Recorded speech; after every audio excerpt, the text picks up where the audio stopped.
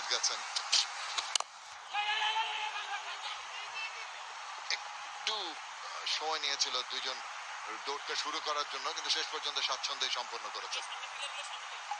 মোহাম্মদ আশরাফুল গত ম্যাচে পয়েন্টে কিন্তু ক্যাচ দিয়ে আউট হয়েছেন। রিশাদের বলটা আমরা দেখছিলাম, Rony Talukdar he had to reach for it, off স্টাম্পের অনেক বাইরে ছিল, ডাউন উইকেট গিয়েছিলেন, তবে লং অফ এ ফিল্ডার।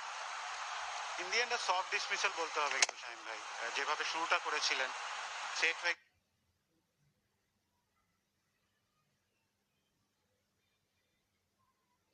শেষ মুহূর্তে একেবারে বাউন্ডারি লাইনে মনে হয় পা দিয়ে ঠেকাতে সক্ষম হয়েছে। একজন নতুন ব্যাটসম্যানের জন্য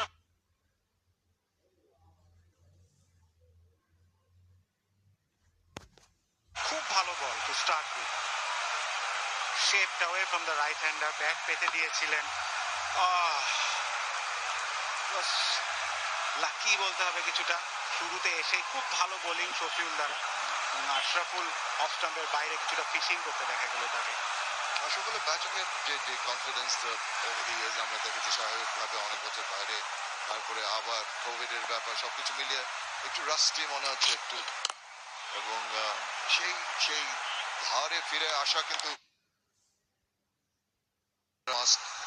এটাতে অনেক কার্যকরী ভূমিকা রাখে, এবং আমরা আশা করব স্বাস্থ্যগত দিক থেকে সচেতন থাকবেন।